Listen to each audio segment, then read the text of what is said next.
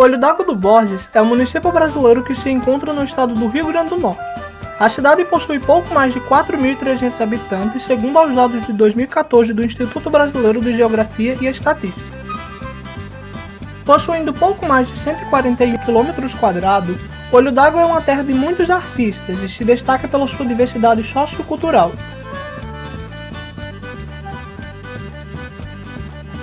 Embora Olho d'Água do Borges tenha se tornado um município somente por volta de 1963, a história dessa cidade tem início ainda em uma antiga propriedade rural do século XIX.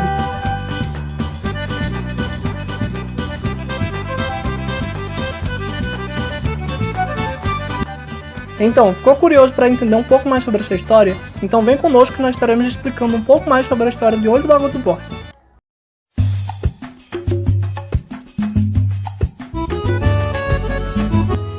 A história se deu início por volta de 1825, quando o português Joaquim Borges da Siqueira apropriou-se de uma légua de terras, chamada de Data de Terra, onde hoje está localizada a cidade de Olho d'Água do Borges.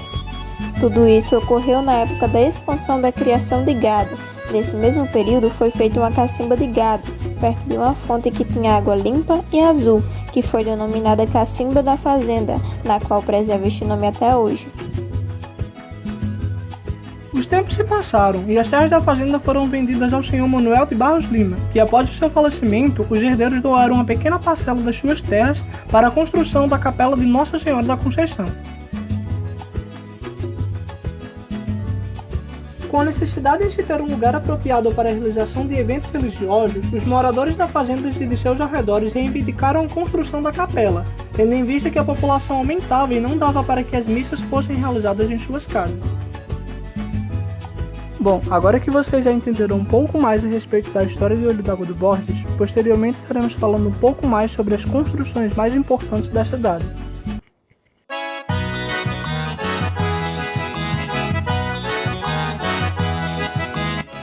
Esta igreja pertence à paróquia do Sagrado Coração de Jesus, que localiza-se na cidade de Marizal, Rio Grande do Norte, e é pertencente à Diocese de Santa Luzia, em Mossoró. Sua construção foi iniciada em 25 de setembro de 1929, segundo Abel Lopes da Silva. Raimundo Nonato Brasil, ao chegar do Acre, no Amazonas, em 1930, seringueiro com bastante dinheiro, ajudou muito na construção dela, passando a assistir bastante missa até sua morte em 1934. Segundo Raimundo da Silveira Barros, por causa da seca de 1932, a construção foi parada. A capela ficou praticamente pronta, mas sem ladrilho, e, mesmo assim, ainda havia missa. No ano seguinte, em 1933, reiniciou a construção e foi terminada por Manuel Pereira, em 1934. Atualmente, nota-se que a igreja não tem mais o seu projeto antigo, isso devido a reformas que estão acontecendo que mudam o seu projeto anterior. Com o passar dos anos, notamos que a torre mudou o seu lugar. Vamos entender o que foi que aconteceu. Antes, a torre era centralizada na parte da frente, mas dos anos 60 para o início da década de 70, no século XX, devido a algumas rachaduras, inclinando-se um pouco para frente, o povo, temendo que a mesma viesse cair de modo inesperado, provocando um estrago enorme no patamar e, além de atingir as casas pela frente, procurou pessoas mais influentes da época, chegando então a ouvir o senhor Francisco da Silveira Barros para tomar uma decisão. Logo mesmo decidiu que em meados da década de 70 que a torre fosse desmoronada aos poucos e depois construída ao lado do local em que se encontra a mesma.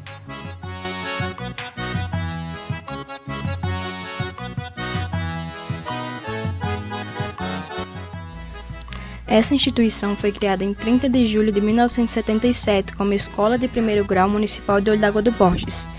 Ela foi construída com os próprios recursos da prefeitura, vindo a beneficiar os estudantes tanto da zona urbana quanto da zona rural. Em 20 de setembro de 1978, ela foi inaugurada, passando assim a se chamar Escola Municipal 20 de Setembro. Isso foi na gestão do prefeito Jaime Fernandes Pimenta. Em 1980, 2 anos depois, criou-se a Escola de Segundo Grau Municipal. Já em 1985, a escola contava com 750 alunos distribuídos da primeira à quarta série do ensino primário e da quinta à oitava série do ensino ginasial. E ainda contava com 2 cursos profissionalizantes no segundo grau, como auxiliar técnico em contabilidade e o pedagógico.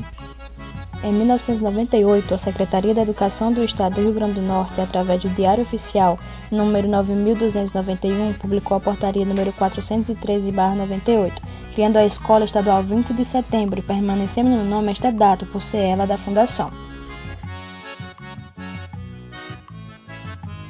Essa imagem é da primeira série da escola, onde atualmente funciona o centro administrativo da nossa cidade.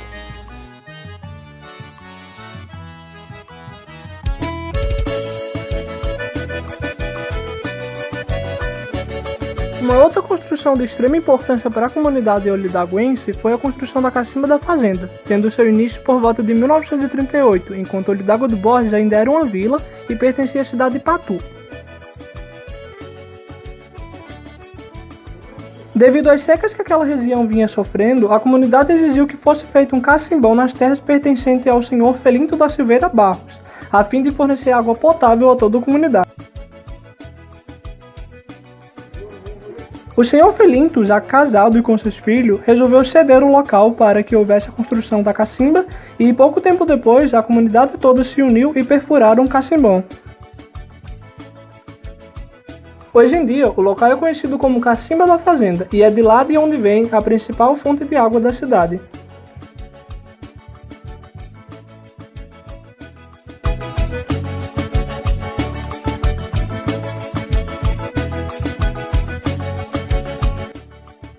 O primeiro cemitério de nossa cidade encontra-se hoje dentro do muro do Hospital Municipal.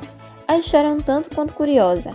Em 1934, Raimundo Nonato Brasil escolheu antes de sua morte o chão no qual ele queria ser enterrado, que era parte de suas terras. A partir disso, várias outras pessoas passaram a ser enterradas ali. Atualmente, o cemitério público está localizado no conjunto Alfredo Xavier, na saída do nosso município.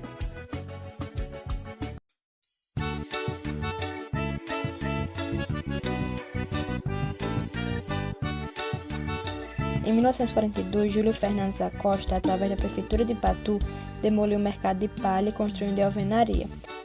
Já na gestão do prefeito Antônio Amorim Carlos, foi feita uma reforma para ampliar pisos e calçadas e também deu início a um sistema de modificações em certas coberturas para pontos comerciais em volta do barracão. E hoje, o Centro Cultural Júlio Fernando da Costa encontra-se em reforma.